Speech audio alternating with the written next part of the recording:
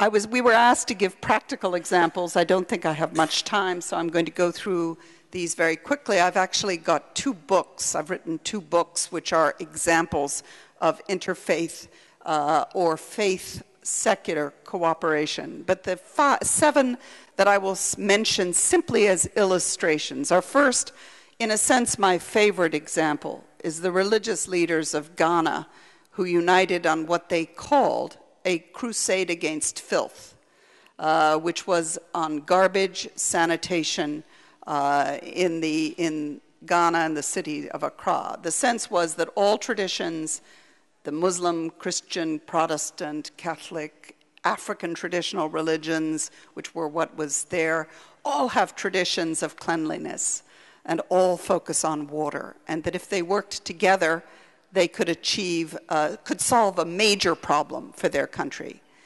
What's interesting, particularly about this case, which is a long but interesting story, is that it started with a tremendous élan, so that the leaders got together, they had radio programs, preached sermons, and had cleanup campaigns. But then they ran up against the fact that really religious organizations were not equipped to be garbage collectors. And therefore they became frustrated. But, and this is in a sense our parable for today, when the election came with tensions, because those religious leaders had worked together on something very practical, they were able to intervene to head off tension in the election campaign. So very different word. Second, probably the largest interfaith cooperation is about fighting malaria in Nigeria. And it is, again, trying to use both the advocacy power, the community roots, the healthcare practical institutions, and the ethical compulsion to try to supplement the government's massive efforts to wipe out Nigeria.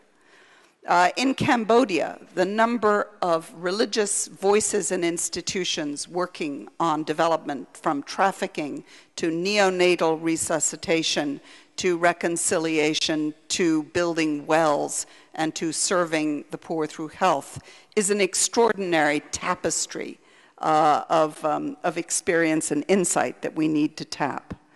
Habitat for Humanity is a very Christian-inspired group which speaks of the theology of the hammer, which means the very practical power that comes from the force of the tool of working together to build houses.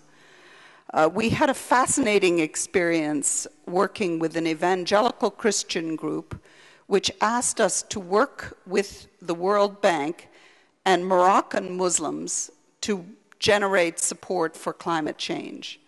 And the idea was that there were theological tensions around evangelization, around many other issues that had come out in the Muslim world between evangelical communities, but that they wanted to find the common ground of concern about the environment as an inspiration. One little lesson of this was that we went to these evangelical groups and said, well, what about the Catholics? And what about others? I'm through my time? Okay, let me just, okay. And they said, look, we can only work with Moroccan Muslims and evangelical Christians. That's enough for one moment. So sometimes doing everything at once is not possible.